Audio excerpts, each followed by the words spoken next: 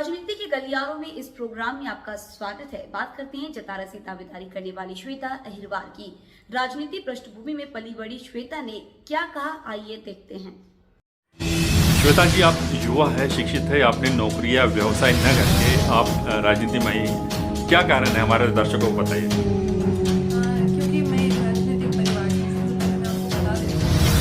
पिताजी पूर्व जिलाध्यक्ष रहे हैं, कांग्रेस पार्टी के लिए मतलब 1993 से काम करते हैं। तो 30 वर्षों से उन्होंने जनसेवा की है, तो उन्हीं के कार्य को देखकर मुझे लगा कि जब मैं ऐसे एक समाज सेवी की, एक ऐसे प्रबल नेता की बेटी हूँ, तो मुझे वाकई उनके कार्य को आगे बढ़ाना चाहिए।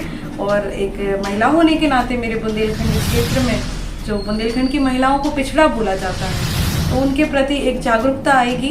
इसलिए मैंने सोचा कि मैं राजनीति में आती हूँ और जन सेवा के माध्यम से अपने क्षेत्र का, अपने बुंदेलखंड का, अपने जिले का विकास करना चाहती हूँ। जतारा विधानसभा 44 में ऐसी कौन सी समस्या दिखती है जो आप उनको उन समस्याओं को दूर करने का पूरा भरसक प्रयास करेंगी? जतारा विधानसभा में एक समस्या आजकल मतलब ज़्यादा आ रही है कि जो क्षेत्रीय ग्रामीण वासी हैं जो पलायन कर रहे हैं अन्य राज्यों में, तो ये बड़ी गंभीर समस्या है कि हमारे लोग अन्य राज्यों में पलायन कर रहे हैं, वहाँ रोजगार के साधन ढूंढ रहे हैं। अगर जतारा में भी कुछ ऐसे रोजगार के उद्योग अगर आ जाते हैं तो हमारी क्षेत्रीय जनता के लिए बड़ी सहूलियत होगी।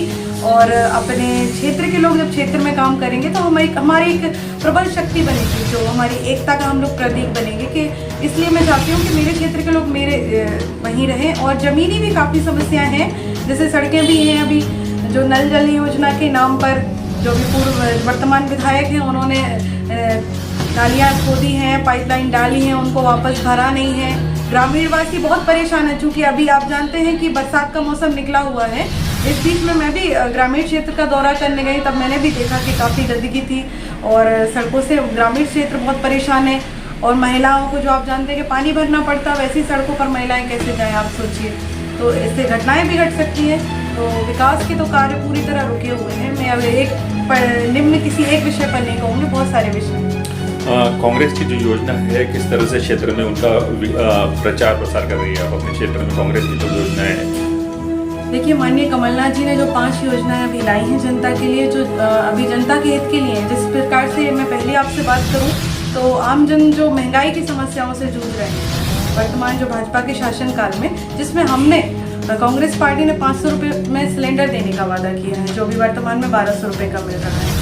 दूसरी बात, हर महिला को 1500 रुपये प्रति माह, जो नारी सम्मान योजना के तहत हम हर महिला को 1500 रुपये देंगे बिना किसी शर्त के। तीसरी योजना ये है कि 100 यूनिट बिजली माफ है और 200 यूनिट बिजली हाफ है।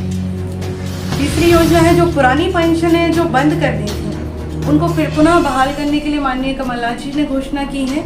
इस प्रकार से जो आमजन जिन समस्याओं से जूझ रहे थे पिछले कई वर्षों से, इसका निजात करने के लिए कांग्रेस पार्टी ने ये जो 4-5 योजनाओं की घोषणा की है, जो जनता को काफ़ी पसंद आ रही है और पार्टी की इससे बड़ी मजबूती बन रही है हमारे क्षेत्र में। और कांग्रेस प्रिय रहा है मेरा जतारा विधानसभा क्षेत्र। और किसान कर्ज माफी, तो जैसे आप 15 महीने की जो पुनः पहले कमलनाथ जी की सरकार थी, किसान कर्जा माफी उन्होंने जो पहले की थी, इस बार पुनः हम लोग कर्जा माफी की योजना लेकर आए हैं किसानों के लिए। बहुजनों पे अत्याचार हो रहे आपके क्षेत्र में, बुंदेलखंड में कई ऐसी खबरें आती रहती है क्योंकि आप बहुजन समाज से ही है। किस तरह आप उन घटनाओं को, दुर्घटनाओं को रोकने का पूरा प्रयास करेंगे? सामाजिक स्तर की आप बात करें? जी, महिलाओं के ऊपर हो या इस तरह से। कल ही एक सागर में एक युवक को हत्या की गई, अहिरवार समाज का ही था वो। किस तरह से ऐसी घटनाओं के लिए आप मुकाबला कर पाएंगे क्षेत्र में अगर होती है तो? ऐसे देखिए, मुकाबला करने के लिए पहली बात तो ये है कि प्रबल अगर दावेदार नहीं होगा तो मुकाबला कैसे हो पाएगा। इसके लिए अगर अहिरवार विधायक बनेगा तो वाकई होगा। दूसरी बात, दलितों के प्रति जो अत्याचार हो रहे हैं, ये भी तो इसने मुझे और जागृत किया जन सेवा में आने के लिए कि मैं चूंकि एक राजनीतिक परिवार से हूँ, एक समाज से भी मेरा परिवार रहा है, मेरे पिताजी, मेरे चाचा जी, सभी लोग। तो मैं तो समाज के प्रति ये जो अत्याचार हो रहे हैं, इनको जो बल मिलता है, कहीं ना कहीं हमारी कमजोरी लोग देख लेते हैं। अगर अहिरवार समाज से या अनुसूचित जाति से मैं एक महिला आके अगर इस विधानसभा में अगर बैठती हूँ तो कहीं ना कहीं लोगों के प्रति एक जागरूकता बनेगी कि जब महिलाएं इस समाज के आगे आ रही हैं तो कहीं ना कहीं सामाजिक स्तर कितना उच्च हो गया, मजबूत हो गया है। और इसके लिए मैं विशेष सख्त कानून और कड़ी कार्रवाई करूंगी कि दलितों, आदिवासियों और महिलाओं के साथ किसी भी प्रकार का अत्याचार न हो। कई सारे प्रत्याशी जतारा विधानसभा से दावेदारी कर रहे हैं, आप अपने आप को प्रबल दावेदार कैसे मानती है? जैसे कि आपने अभी प्रियंका गांधी जी ने हाल ही में कहा था, लड़की हूँ लड़ सकती हूँ, और राहुल गांधी जी कहते हैं कट्टर सोचना ही युवा जोश। इन दोनों स्लोगन से मैं पूरी तरह मैच करती हूँ, क्योंकि युवा अगर जन सेवा करने आना चाहते हैं, एक शिक्षित, और दूसरी बात मैं फिर से पुनः एक बात कहना चाहती हूँ कि मैं एक राजनेता की बेटी हूँ। मेरे पिताजी ने जतारा विधानसभा से 93 में चुनाव लड़ा था। जनता उनको बहुत जानती है, पहचानती है। जनता को उनके प्रति एक विश्वास है, और 30 वर्षों से हमने कांग्रेस की जड़ें उस क्षेत्र में मजबूत करके रखी हैं। हम कट्टर कांग्रेसी रहे, हमने दल बदलने का काम नहीं किया है।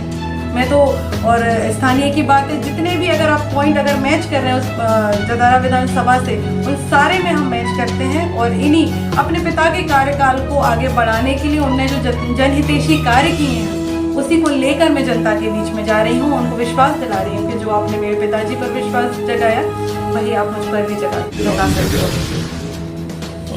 जतारा विधानसभा 44 जो एक विधानसभा क्षेत्र है, विकास की कौन सी योजना है आपके मन में जिनको आप पूरा करने का प्रयास करेंगे, आपको भविष्य में कोई ऐसी जिम्मेदारी मिलती है तो?